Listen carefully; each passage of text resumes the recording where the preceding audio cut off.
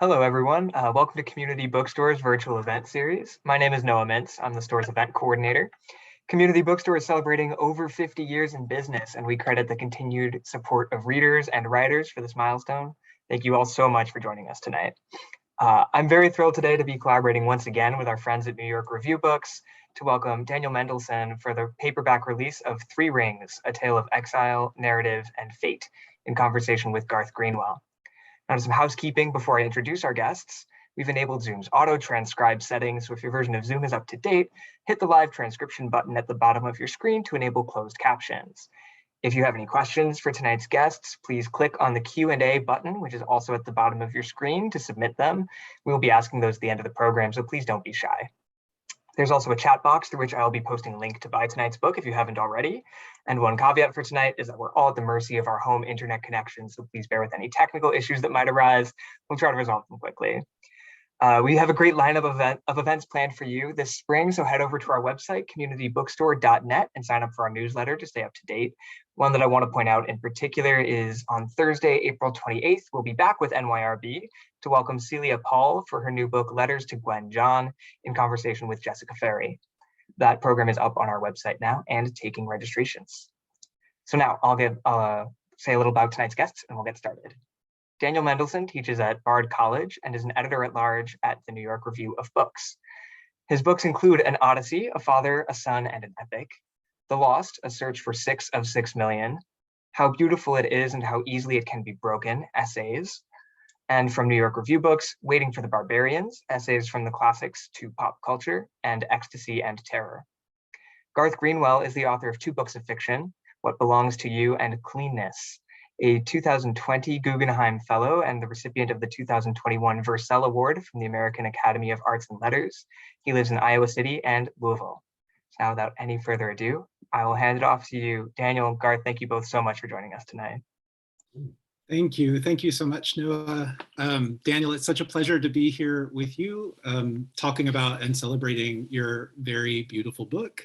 And as I was rereading that book this week, I was struck by the very contemporary and really, I experienced them as quite uncanny resonances of the book right now.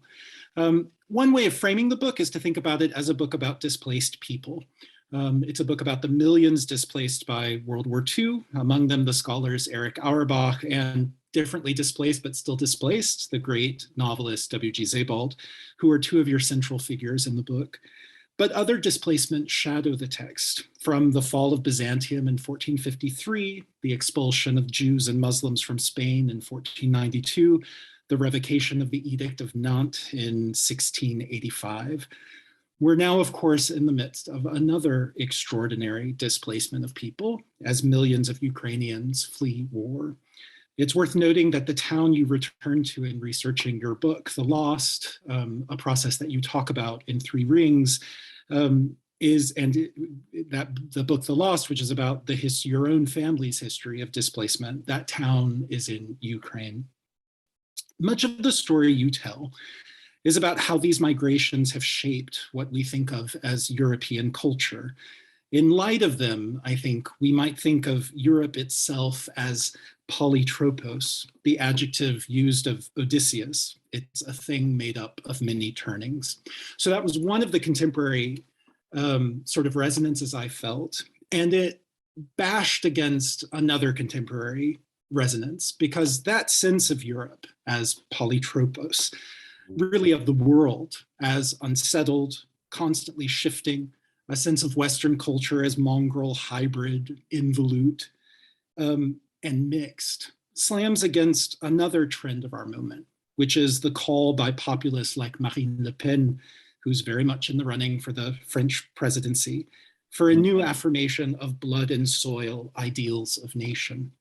So your book, which is about various figures of history, some of them from the deep past, some of them, I suspect, to some readers, as to me, somewhat obscure, felt very much in conversation with breaking news from the New York Times.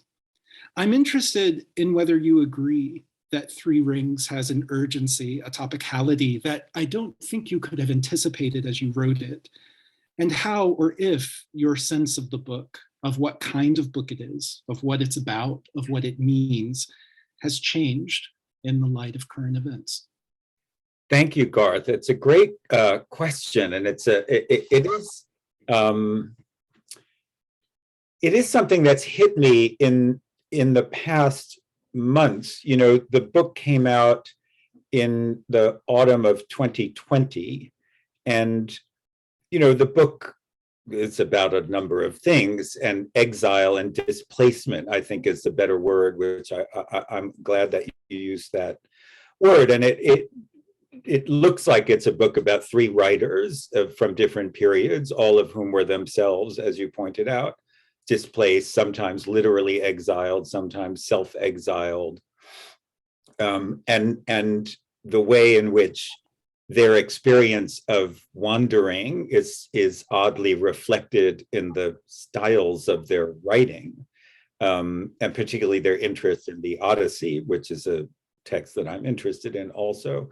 But it was funny because it came out much later in the UK, and I remember reading a review in the UK, and this is just a few months ago, in the TLS, I think, that was all about the refugee aspect, more about the literary aspect. And when I wrote it, I really thought I was writing a book about certain aspects of literary style, but it seems to have become a book, or you know, I always think of that thing when you get your eyes tested for color blindness, you know, and you can see certain letters if you have certain kinds of sight, but not other things. And I think that's also true of books, that, you know, the different elements in them rise to the surface in different ways, depending on all kinds of circumstances. So I do think that this is a book about what political and religious persecution does to populations and to people. And in the case of this book, it's about writers, you know, but as you said, haunting, and I mean, this was deliberate in my framing of the book, that these specific cases of writers who were displaced in terrible ways, and yet each of the terrible ways in which they were displaced was responsible for the distinctive kind of writing that each one of them did. But as you said, I'm also alluding in different ways throughout the course of the books to other sort of mass displacements of populations. So of course, I've written a book about the Holocaust and my own relatives getting trapped in the maw of that event.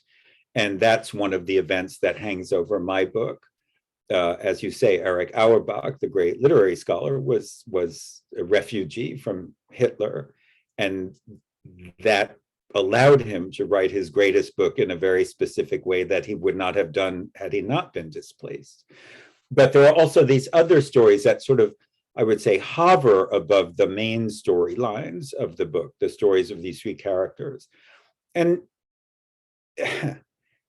you know, I'm a person who believes in European civilization. It formed me, not in the sense that I think it's all great, but that it is the culture to which I'm attached. It is the culture that formed me intellectually and aesthetically. And yet, to be aware of those things is also to be aware of the great failures of European civilization. And one of those failures are these kinds of oppressions that have characterized European civilization from the get-go. And I'm a classicist, as you know, and so I know that it goes all the way back to the beginning of the West. And I guess a lot of my book is preoccupied with the kind of tragic irony of European civilization, which is that you can't love European culture without being aware of its catastrophic failures as well.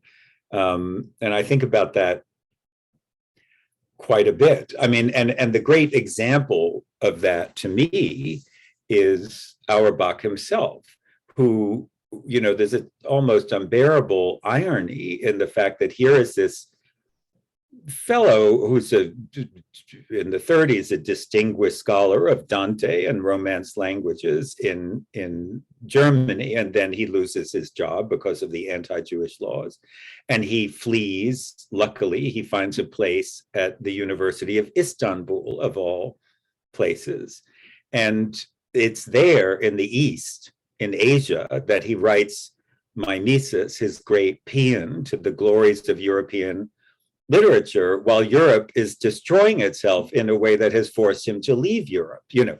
So I think about that a lot. And of course, as you mentioned, Garth, the places where the most recent set of horrors in European history is taking place, Ukraine, are very familiar to me because I was often in Ukraine when I was researching The Lost. And so I feel like I'm sort of choking on these unfortunate coincidences because, you know, the great slogan that came out of the Holocaust, and I use that word advisedly because it starts to sound more and more like advertising with no content, is never again. But of course, the whole history of, I mean, one of the things that I think my book makes clear is that the whole history of Europe has been nothing but this, actually. So yeah, I do think that this weird turn of events lately has suddenly made it seem that there are elements of this book which seemed like background elements when I wrote it, but now clearly are becoming foreground elements, you know, in the way that you're interested. Yeah. Well, and I wanted to ask you then, following that, about your title, the title of the book, because in one sense, it seems to me like a kind of pun. On one hand, it refers to the fact that these are 3 essays, each about writers who are in different ways invested in ring composition, which I'm going to ask you about in a minute. But also, the title refers to the parable of the 3 rings in the Decameron, a parable that can be read as suggesting both a continuing claim to authority of the 3 Abrahamic faiths and also perhaps their continuing conflict. So far as I can see, and I may very well have missed something, the only explicit reference to that parable comes with a quote from Boccaccio that you use as an epigraph to the book's first section. So I was wondering, can you talk about why you chose that reference for your title and how the allusion to Boccaccio reflects on the story of displaced peoples you tell? Well, it's a great question, Garth. So there's a kind of a hidden joke in the title of this book, because as you know, having read it, there's actually 4 authors whose stories I tell. And so the parable of the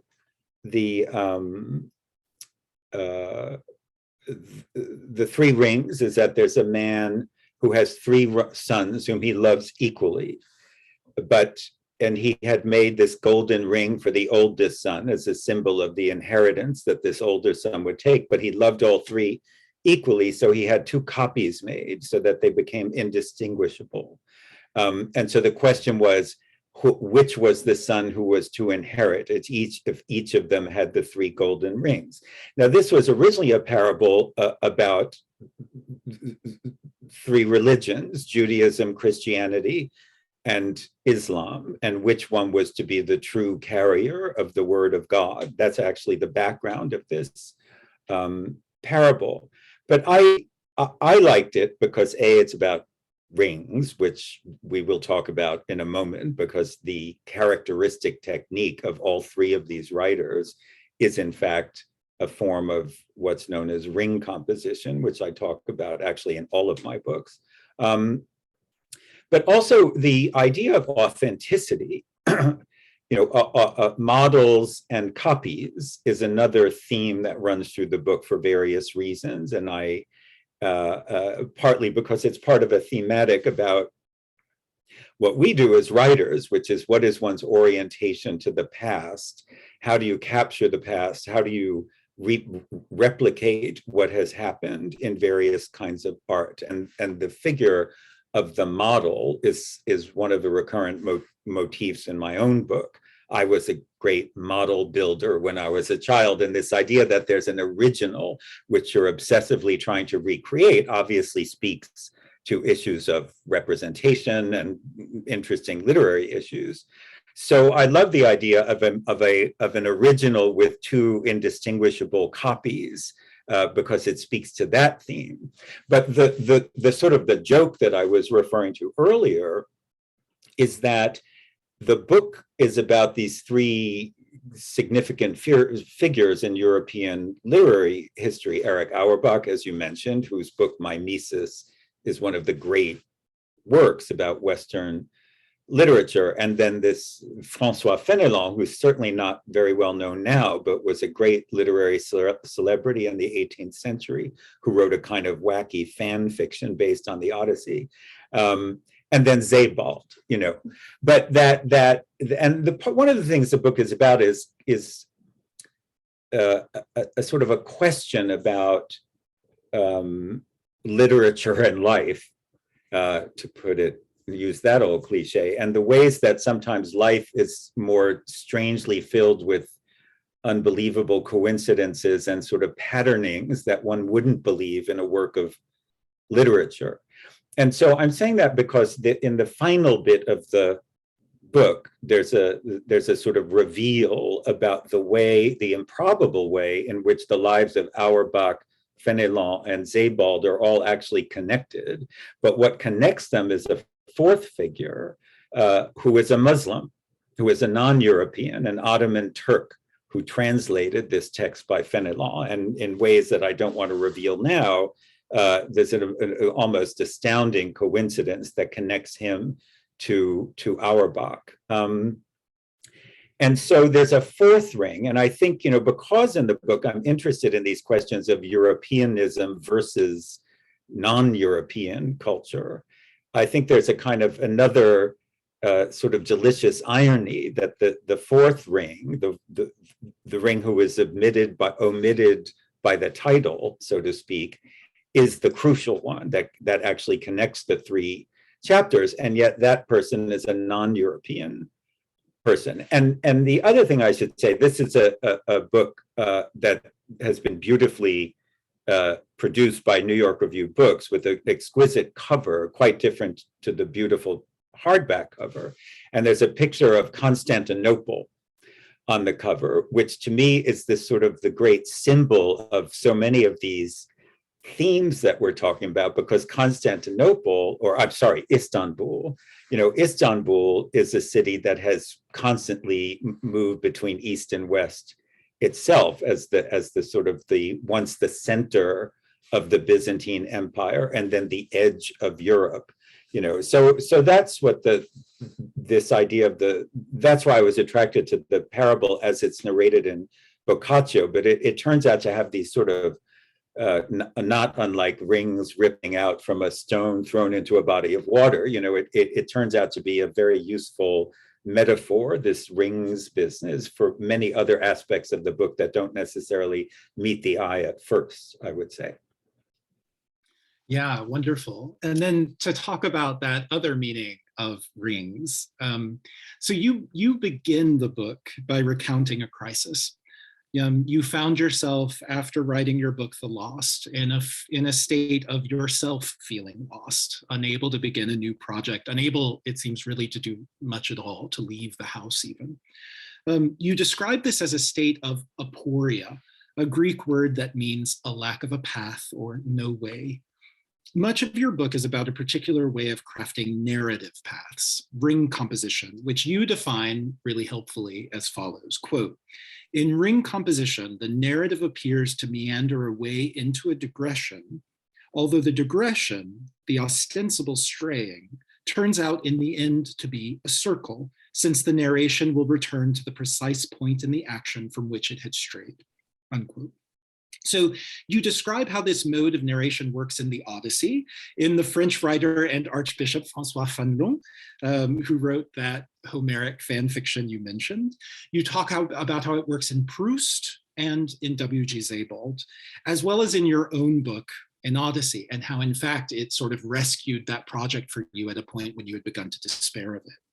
So Three Rings is, I mean, it's interesting to ask sort of whether Three Rings is a narrative work, though clearly there are many narratives nested within it, narratives that cross and converge in unexpected ways. And it seems to me, in my experience of the book, that those crossings, like the coincidence you mentioned at the end of the book, in large part, as in the novels of W.G. Sebald, replace or provide the excitement of the kind of intrigue that's more typical of narrative. But I wonder whether you consider these essays also to be composed along a kind of ring composition, and if so, what is the point from which they depart and to which they return? Well, the last part of your question is one that is new to me, so I'm going to be thinking on the fly here. It's a great observation and a really good question. Let's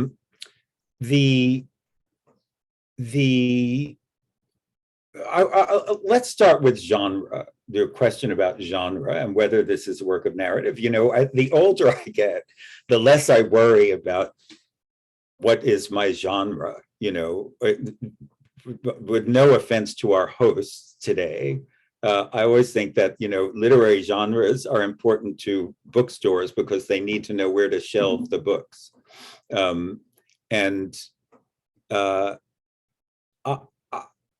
You know, I write two kinds of stuff, ostensibly.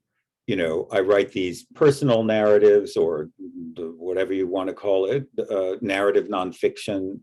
And I write a lot of criticism, obviously, as you know. But I always think I'm always writing about the same thing, which is about how stories get told, about how narrative works. You know, and the subtitle of this book is kind of odd, and my French publisher was aghast when it came in, because I wanted the word tale, which I find a very emotional word, rather than story, say. And it's a tale of exile, narrative, and fate. And narrative sort of pops out as this rather academic-y word, but it is a book about narrative, but it's also a book about tales in that more sort of primitive, delicious incarnation, the way that we listen to tales when we're children. So it's a kind of gesture to this ostensible split in my own writing between a kind of personal and emotional family histories, personal histories that I'm recounting, and this more brainy, intellectual aspect. But I don't actually see them as different, because we are one, you know, as you know, right? Writers are one consciousness. It's not like you put on your critic hat on a Tuesday and then you're a memoirist on a Wednesday. So I always think it's interesting to see what connects the dots. So to me, this is very much a narrative, this book. It came out originally, it came out of, or the seed of it was these 3 lectures I gave at UVA, but then I, you know, radically revamped it. I mean, it's clear to me that these 3 tales are deeply interlocked, and there are motifs that connect them together, and these sort of recurring leitmotifs that run through all 3. So I think it's a narrative about problems in writing, you know. I mean, I think, you know, I've written about this actually, the memoir question, you know, and memoir has sort of become a dirty word to a certain extent. It suggests a certain kind of literary territory. And for good reason. There are a lot of memoir, you know, like what's his name, A Million Little Pieces, right? James Fry, you know, terrible. Look, it starts with St. Augustine. I was bad, then I was saved, now I'm good, and now I'm writing the memoir. You know, my works are not like that. But I think you can write a memoir that about how you think about books. And that's what this sort of is. So I'm not so interested in, you know, people are always saying, well, what's your genre actually? Because as you know, Garth, and people who have read my other books know that in my personal narratives, there is always an element of criticism. There is always a textual element. So in my first book, The Elusive Embrace, this account of being gay in the 90s and becoming a father is interwoven with reflections on different Greek and Latin texts. The Lost is organized as a sort of search story, but it's interrupted by reflections on texts from Genesis.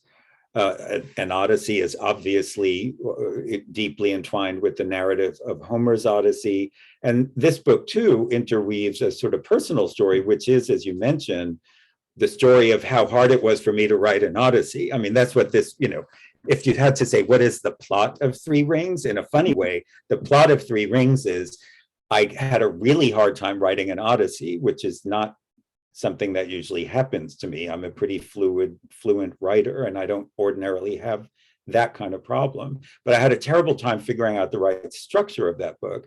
And this book is the story of how I figured out how to write that book.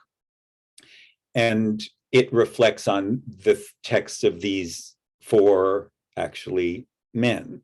And so I don't know what genre that is, and I'm not interested, actually. I think I'm always interested in the same thing, which is my own stories and other people's stories. That's what I do as a critic. Why does this work? Why doesn't this work? What is the motor that makes a good story happen? This book, to me, I think, I was very happy with this book. It's a kind of funny thing to say because I had thought about this material for a very long time. And in fact, some of this book started as kind of outtakes from an Odyssey. An Odyssey was originally going to incorporate reflections on the afterlife of Homer's Odyssey. And for example, Fénelon. And then you know what this is like, it started growing its own head. And so I just put all this material someplace else. But I thought about it a lot. And I know this is going to sound very strange, but I think of this book as my novel in a funny way. These characters are real characters, but I have manipulated them in a way to make a point about something that is important to me, which is about how writers take what has happened to them and turns it into something new. And that's what I think of this book. Well, that's amazing. I feel very warmly toward conceiving of the novel as a capacious form that can take unexpected shapes. Before I ask my next question, I want to say two things. One, which is to everyone here, we're going to keep 10 to 15 minutes at the end for your questions. Please don't wait until then to ask your questions. Please drop them in the Q&A, so that they're waiting for us when we get to that point. And the second thing, Daniel, I don't know if I've ever told you, but since you mentioned your earlier books, I read The Elusive Embrace in the 90s at the beginning of my sort of intellectual journey. And it was, I think of it as like one of very few totemic texts for me. It was really a kind of crucial orientation. So I've never thanked you for that book. So let me take the occasion. Thank you. And also just to note that Noah mentioned in the chat that at Community Bookstore, NYRB books have their own section. So the question of genre, the problem of genre is solved. I think that's brilliant. Right. To continue thinking about ring composition, one of the very beautiful things in the book is the way that you explore how narrative techniques are dependent on or suggestive of cosmologies. That Homer's ring composition suggests a world that is not just knowable, but one that is, given enough time, perfectly, or maybe at least adequately, which is already saying a lot, knowable. You argue that this is a fundamentally optimistic mode of storytelling, and you see its apotheosis maybe in Proust. You also note that Auerbach was suspicious of it, that he felt it was false to reality in its suggestion that everything is at least theoretically knowable. Auerbach argued instead for, or seemed to suggest a preference instead for a mode of narration that he identified with biblical narrative, which is more opaque, more suggestive, and full of mystery, which acknowledges the unknowability of the world. In the final essay, and I think you suggest that that is a kind of more pessimistic mode of narration. In the final essay, you explore the life and work of W.G. Sebald, who you argue constructs narratives that are rings without centers, that evacuate the optimistic ring composition of its optimism, and suggest that journeys for knowledge, maybe especially knowledge of history, result only in weariness and emptiness. And this is another quote from you. But if Proust's ring appears to us as a container filled with all of human experience, Sebald's embraces a void, a destination to which, as in some narrative version of Zeno's paradox, no amount of writing can deliver us. So to the extent that Three Rings is not just a meditation on, but itself a kind of inhabitation of or embodiment of ring composition, does Three Rings embrace an optimistic or a pessimistic vision of that composition, of the possibilities of knowledge and of narration? And I'll note parenthetically that you explicitly align yourself in the book with optimism, but I wasn't sure I entirely believed you. Well, that's a wonderful and difficult question. I'm going to answer it with an anecdote, which is that, so as you say, Garth, taking a leaf from Auerbach, who contrasts ring composition in the first chapter of Mimesis, is ostensibly about ring composition, and takes a famous passage from the Odyssey, which is one of these embedded narratives, a narrative within a narrative, and a narrative within the narrative that's within the narrative. And he contrasts it with biblical narration, and uses the story from Genesis about the sacrifice of Isaac as an example of a totally different way of narrating, which is because the implication of the ring competition, where each story has within it sub-stories, flashbacks, that could, if you accumulated a sufficient number of them, you could say everything about everything, which is ultimately what I say about Proust. But with that, he contrasts the biblical mode, which leaves things out, which doesn't keep interrupting itself to account for every element of its own narrative. And, so Abraham takes Isaac to a place on Mount Moriah where he's going to sacrifice him. But, whereas the Greek version would have told you every motel he stayed at and who was the waiter and how much the bill was, and all that, that the author of Genesis moves from key moment to key moment. And for Auerbach, the joke was that he prefers this to ring composition as ultimately being more realistic, that in real life, we can't account for every element of a given story. You don't know things about characters. And Auerbach makes the view, this is going to ultimately come back to your question about optimism and pessimism. Auerbach makes a, I think, rather beautiful statement that it's the more opaque, mysterious narrative, the narrative that keeps things back, that is in fact the trigger of interpretation, right? That when everything is not on the surface, so to speak, it creates a different kind of narrative, which is critical narrative or commentary. So that's the payoff, that's the compensation for not knowing everything. He makes this beautiful point, I think, where he says that the Hebrew form of narration, which has these gaps, omissions, opacities, withholdings, is like the Hebrew God, whom you cannot know, right? Whose face we do not know what it looks like. And I thought that was rather beautiful. So the anecdote, which is just two sentences that I want to turn to now, is that, so as I expand in Three Rings on Auerbach's distinction, I refer to the Greek mode, the ring composition mode, as optimistic because it assumes that with a sufficient number of rings, so to speak, you could describe the whole world. And then much later in the second part, in the French chapter, I talk about Proust, who I think really tries to do that to some extent and succeeds, actually. And then I refer to the Hebrew mode as pessimistic, because there are things you cannot know and you will never know.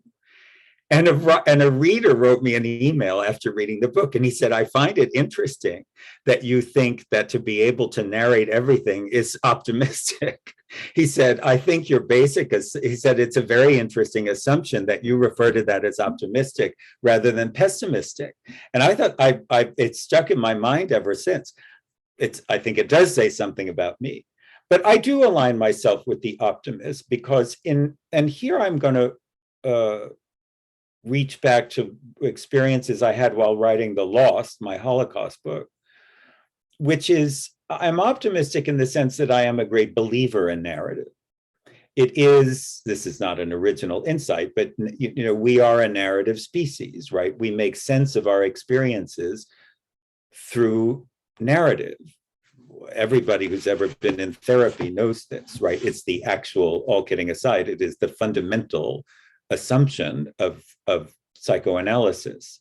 And so I believe in narrative, and I believe that even Sebald, who is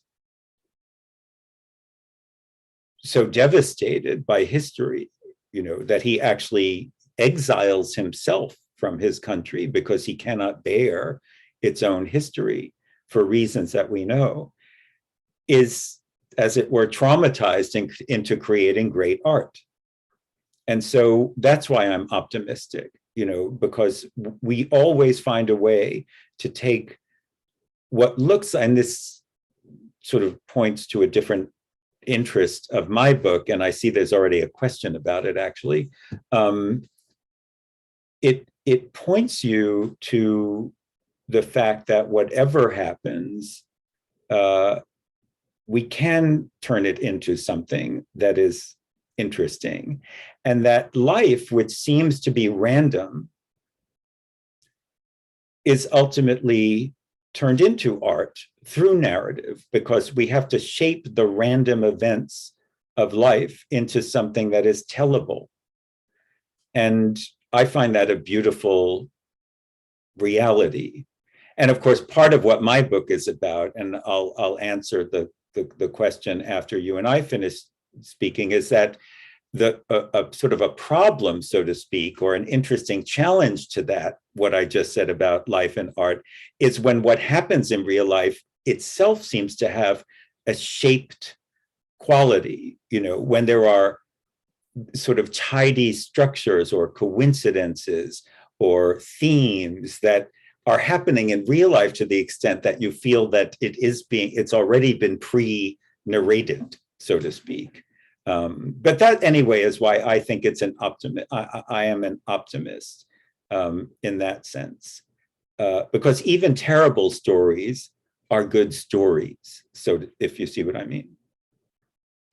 I think that's a beautiful and profound response. I'm going to ask my last formal question. And so I'll invite again everyone here to submit your own questions to the Q&A and not to be shy about it. But I wanted to end my thoughts about the book thinking about my favorite thing, which is sentences. So this is a book about journeys, as we've been saying, and also about narrative as a journey. It seems to me that your sentences are journeys too. And so my last question is about style. And I'm going to ask you to forgive me for reading to you one of your own sentences, which for people following along at home is on page 51. And it's long, but I'm going to read it. For this reason, it is easy to imagine the horror I experienced when, at the end of the many travels I mentioned earlier, the investigative journeys I undertook when writing my book concerning the fates of my relatives during the Holocaust, I was able at last to locate the underground hiding place in which two of those relatives, my great uncle and one of his 4 daughters, had been concealed for a period of time, hidden by 2 neighbors after, I'm going to mispronounce the name, Boleshkov, was overrun by the Germans late in the summer of 1941. the beginning of the period when, as the survivor I interviewed had put it, Jews were being hunted down like animals by the Nazis and their local collaborators.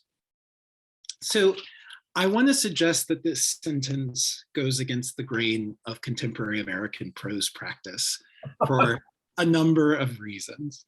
First, you are wonderfully devoted to hypotaxis, to subordinated syntax, and we very much live in a paratactic age.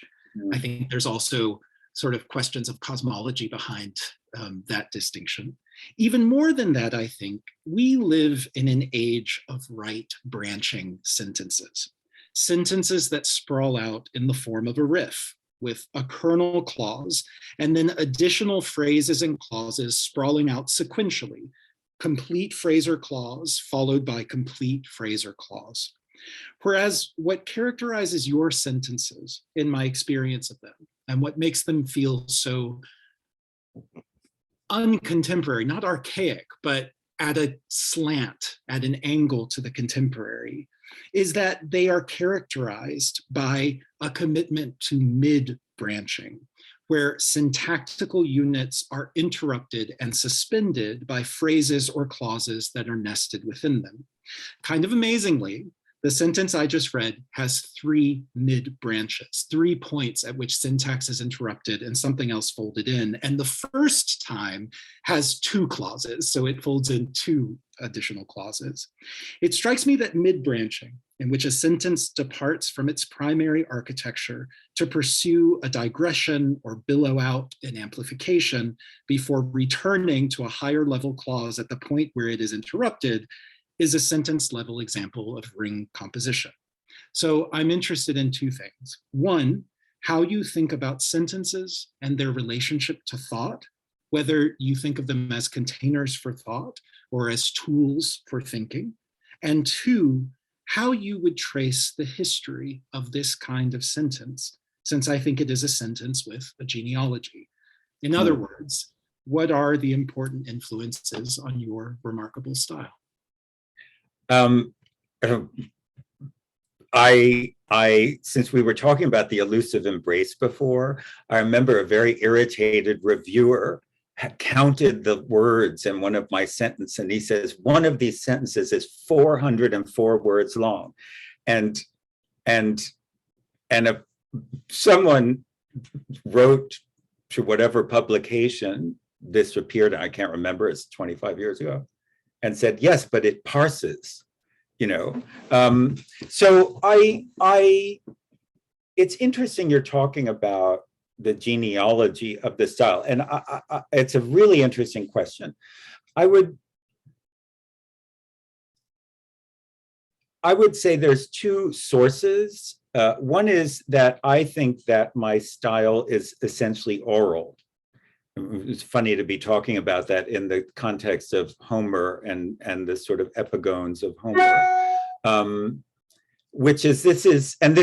it is ring composition, and I do replicate ring composition, which we discuss in terms of large structures of narrative. I do think that it works on the structure, on the level of the sentence. You know, sentences can be ring compositions where there are, you know, hypotaxes.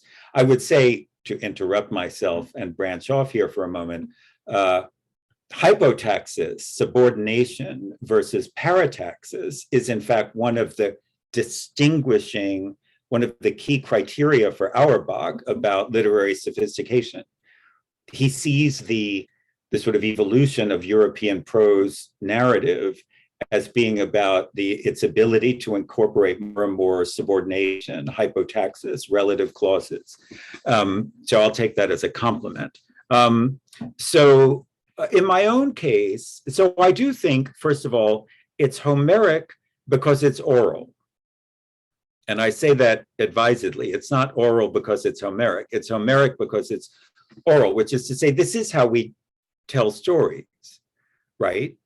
I went to the store to get a quart of milk.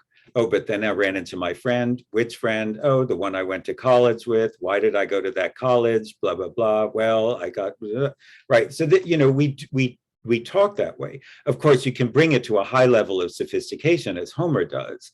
And I would say that it's funny, I was just answering a question in an interview from a French magazine about Proust. So I absorbed that style from my grandfather, whom I write a lot about in The Lost, who was a wonderful storyteller and who I thought invented this kind of storytelling until I studied classics and realized that Homer had invented it, or at least codified it 3 millennia earlier. So I think I grew up hearing that rhythm in my head, the branching, the interruption, the circling backs within stories, the circlings within the circlings. And then when I became a reader, I was attracted to writers who did that. So of course I ended up in the arms of Proust, among other people, because writers, the question I had been answering was about influence. And I said, there's never influence in the way that people think when you're a writer. It's not like you say, oh, I'll copy that.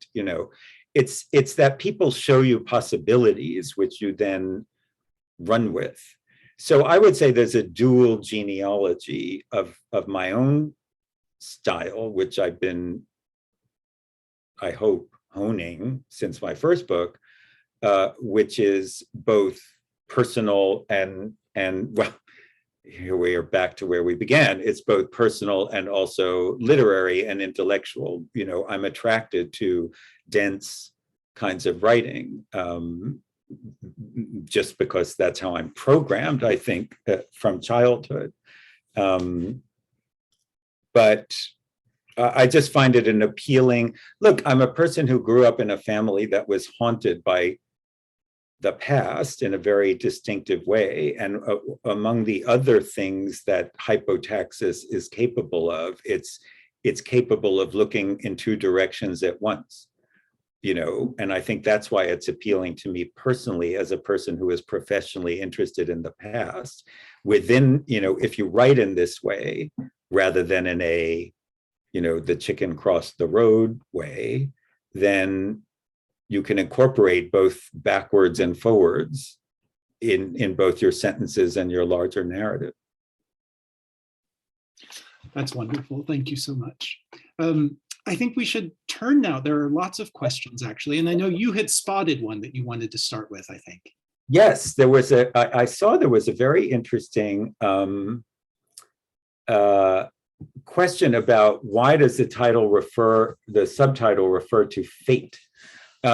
So this speaks to the element of the book I was mentioning earlier, which was in my retellings of the lives of these writers and their struggles with their own writing and literature, I keep bumping into these sort of remarkable coincidences that life as well as literature seems to provide. There's that kind of thing we say was like, oh, if you had read it in a novel, you wouldn't believe it because it's too good to be true, right? That kind, and one of the things I'm trying to work out in this book is, what do we mean when we say it's too good to be true? When something in life happens that seems so shaped artistically that it seems unreal, even though it actually happened. And that's why I became interested in this idea of fate, that there seems to be a kind of overdetermination in the way that these people's lives played out that makes one feel that life is not in fact random, and that history operates in certain ways to make events happen that seem too good to be true. So to take a very quick example before I go to the next question, I don't want to give away the biggest reveal of the book, which comes at the very end, but I go on about Fénelon, who wrote the Odyssey fan fiction, The Adventures of Telemachus. And Fénelon turns out, and this is the sort of the punchline of the second chapter, to be connected to Proust in a really substantial genealogical way. And here I of which I actually wasn't aware when I started writing the chapter. I just wanted to contrast Fénelon and Proust because I think they have certain things in common. And then it turns out there's a sort of real life connection between these two characters that if you had put it in a novel, the editor would have said, oh, this is so improbable, you have to cut it. So that's what I'm alluding to when I talk about fate. It's the element of overdetermination in human life that makes it feel like someone authored it. That's wonderful. I wonder if we could, I wonder if we could combine two questions. One from Elizabeth Frank, your colleague at Bard, who says, do you see hypotactic ring syntax in both Henry James and Proust? And then from Don Dorland, an interesting question about time. So when I first, this is her question, when I first heard you mention the ring form, I associated this with an experience of time as cyclical. You spoke about every kind of writing being a human orientation to the past. And so I'm curious about which of your ring writers, in your opinion, have the most interesting design for time within their digressive forms. Okay, those are, just run Liz's question by me again first, because I want to deal with Liz's first, I think. So it's, do you see hypotactic ring syntax, ring in quotes, ring syntax in both Henry James and Proust? It's funny, Liz, because I've actually been reading a lot of Henry James lately, and I think they're, or at least the ones I understand, and I think it's quite different, actually. I don't know. I mean, this is a huge question. I'm not going to be able to answer adequately off the cuff, but it seems to me that what James is up to is very different to what Proust is up to. I think Proust's hypotaxis, this endless subordination of clauses within clauses, the branchings, the mid-branchings, is well, maybe Proust versus James is Greek versus biblical, actually. Because you know what? I think that's the answer, Liz. I think Proust's subordination, the enfoldings within enfoldings, are illuminating.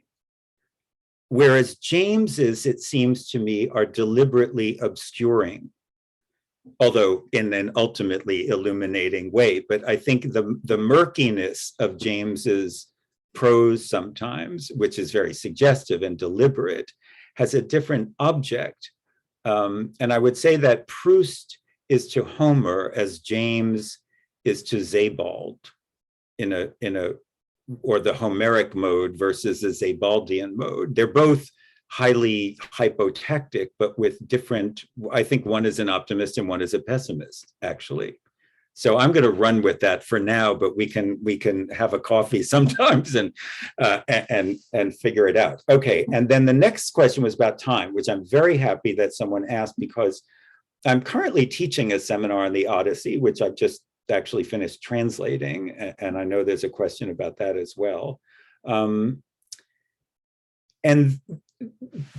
because the Odyssey, which is a text I endlessly come back to in my life, is so famously about geography, let's call it, wanderings, peregrinations, adventures, all of that, in an incredibly sophisticated way. And because it's also about narrative in an incredibly sophisticated way, it's a great story about a great storyteller.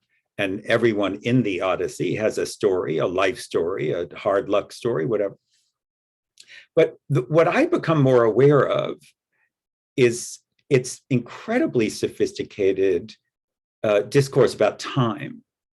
And that one of the things that its ring composition works toward, I think, is a very, very powerful statement about time.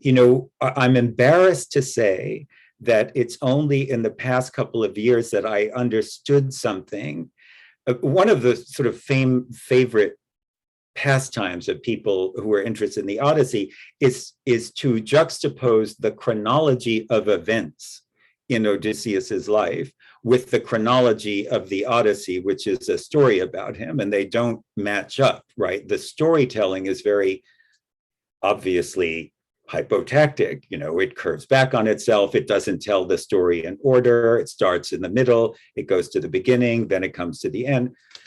And when its narrative is so seductive that it's easy to lose track of the actual, the timeline of his life. So for example, we think about the great love story, and everyone knows this is a story of a guy who spends a lot of time trying to get back to the wife, who is the only woman for him, ultimately. But it just occurred to me in the past couple of years that, we know that he'd left for the Trojan War when the kid was a newborn baby. And it occurred to me that they've only known each other probably 9 months.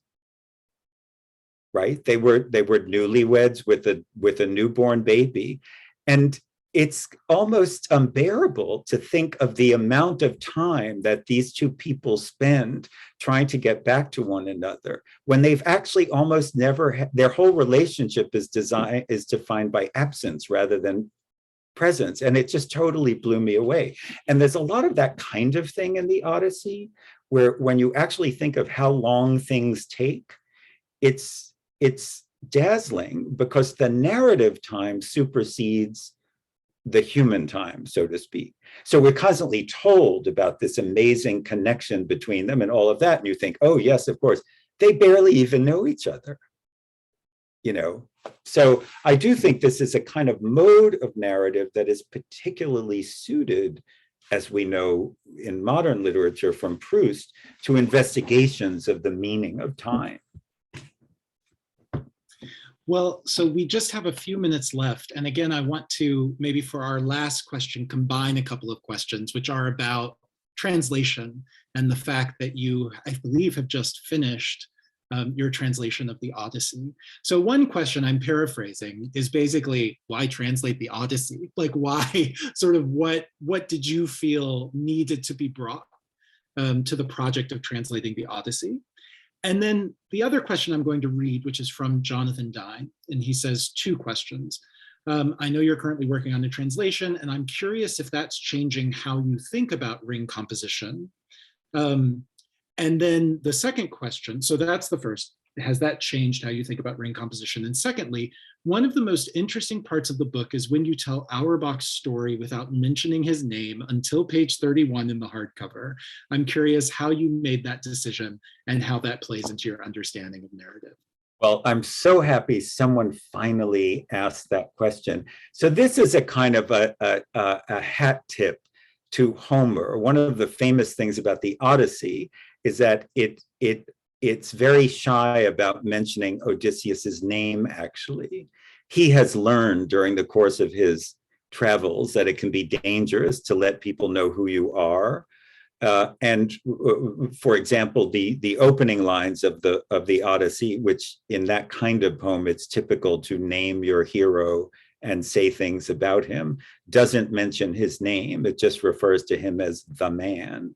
So that's a little homage, because I talk about Auerbach, but I only name him after an unreasonable amount of time. But also because, more seriously, because I wanted Auerbach to also be a sort of parabolic figure, a kind of a symbol of a kind of refugee. And I didn't want to be too specific at the beginning, because I wanted this recurring figure of this refugee showing up at the latest destination as a kind of figure rather than a real person. As for the translation, I just want to say this is where the realities of publishing are important to stress. The reason I'm doing it is because they asked me. It's not like I said, I must do a translation of the Odyssey, because none of them are good enough. In fact, when I teach the Odyssey, I use different translations from year to year. I think every translation has something to recommend it. They're always illuminating and interesting. Unlike a lot of people, especially on Twitter, I don't think of translating as a competitive sport. I think it's a collaborative sport. I think every translation helps every other translation. And people who are unwilling to acknowledge that, I think, are really failing in some way. So I was asked by the University of Chicago Press. They wanted to replace their current Odyssey translation with a new one. And the editor of the University of Chicago Press had read my book, An Odyssey, in which I translated snippets of the poem. and they approached me, and that's why it's a question of backlist. You know, they just wanted someone to do it. They asked me, and I thought, I've done a translation before, not of ancient Greek, but of modern Greek. And because I spent my whole life with the Odyssey, I thought it would be an interesting challenge, which it has been. I just finished the first draft.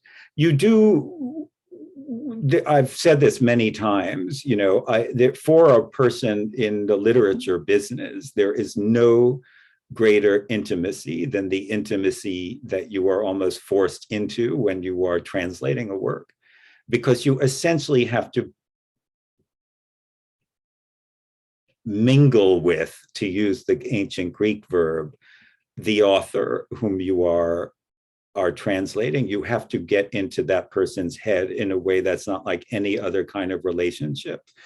And so I found it very interesting, and it has revised a lot of my thoughts about the Odyssey, which is a text I've been teaching since 1989. And yet this intimacy has made me understand things. For example, the thing I was just talking about time, but also stylistic things, structural things, things I never noticed before, which scholars have been aware of, but it's different when you're aware of something from reading an article and aware of something because you've got your sleeves rolled up and your hands in the pot. Notoriously, the diction of the Odyssey becomes more modern as it goes on. There are more and more recent locutions in the latter half of the Odyssey than in the earlier half of the Odyssey. Those pose interesting questions of translation, obviously. So it's been an incredible, to use the Homeric word, an incredible adventure filled with many turnings. And when I keep telling people, even if it bombs, I've gotten a lot out of it. So I don't care, I've really learned a lot about a poem that I thought I already knew a lot, which is also, I think, something that, and this may be a good way to end, to me, this is the ultimate hallmark of a great work of literature, that it never stops giving. There's always more. There's always more stuff, even when you're an expert, even when you're authority. I'm now working on my draft with my college mentor, the woman who taught me Greek in 1980, Jenny Strauss Clay, a great Odyssey scholar at the University of Virginia. And she's going over my translation with me in weekly sessions. We go maybe, 30 lines in 2 hours, word for word. And I'm learning so much again, so there is endless, endlessness to this text, which is about hypotaxis. It's about the constant possibility that you can keep interrupting yourself to say more things. Well, it's been such a joy and really an honor to get to talk to you, Daniel. Thank you so much. Regards, such great questions, so stimulating. Thank you. Yeah, thank you both for a really insightful, nourishing conversation. I wish it could be endless, like you said. David Naiman wrote in the Q&A that, like a ring narrative, wish it could go on forever, but probably best to let everyone get on with their lives. So thank you again, those of you at home. Thank you for your very thoughtful questions. Please consider purchasing a copy of Three Rings from Community Bookstore, and we hope to see you at another virtual event very soon. Thank you for joining us. Chag Sameach, Happy Easter, Ramadan Kareem, and have a great evening, everyone. Thank you. Take care.